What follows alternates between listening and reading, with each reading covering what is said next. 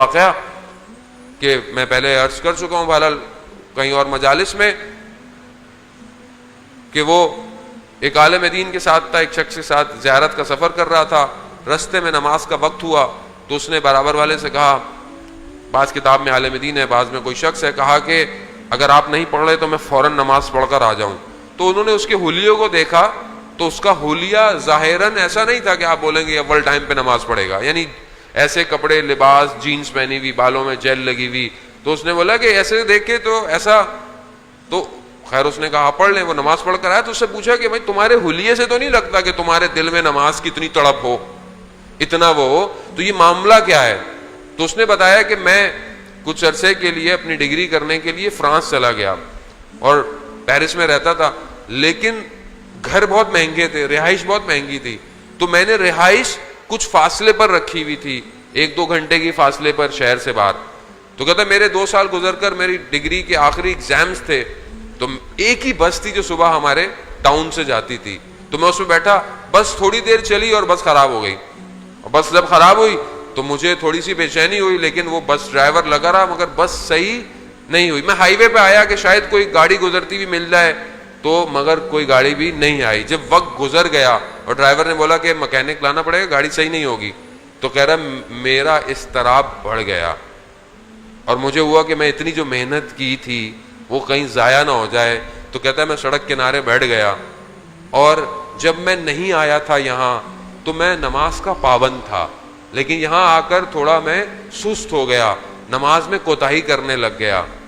اس وقت میں نے وقت کے امام کو پکارا اور کہا یا امام زمانہ مجھے اس مشکل سے نکال دیجئے، میں وعدہ کرتا ہوں نماز آئندہ اول وقت پڑھوں گا۔ کہتا ہے میں نے جیسے ہی یہ اپنے ضمیر سے گفتگو کرتے ہوئے اپنے مولا سے توسل کیا تو میں نے دیکھا کہ اچانک سے کوئی شخص آیا اور اس نے ڈرائیور کو بولا کہ بس اسٹارٹ کرو۔ اس نے جیسے ہی اسٹارٹ کی بس اسٹارٹ ہو گئی۔ میں بھاگتا ہوا پہلا شخص تھا جو بس میں بیٹھا، لیکن ابھی میں دروازے سے اندر داخل ہوا تو وہی شخص گھومتا ہوا دروازے پر آیا اور اس نے مجھے کہا یہ جو تم نے وعدہ کیا ہے اس پر قائم رہنا۔ کہتا ہے میں ایک دم میرا بدن خشک ہو گیا، ایک دم کہ اس شخص کو کیسے پتا چلا کہ میں نے کوئی وعدہ کیا ہے؟ ابھی میں سمجھتا کہ یہ شخص کون تھا، دیکھا تو وہ شخص غائب ہو گیا۔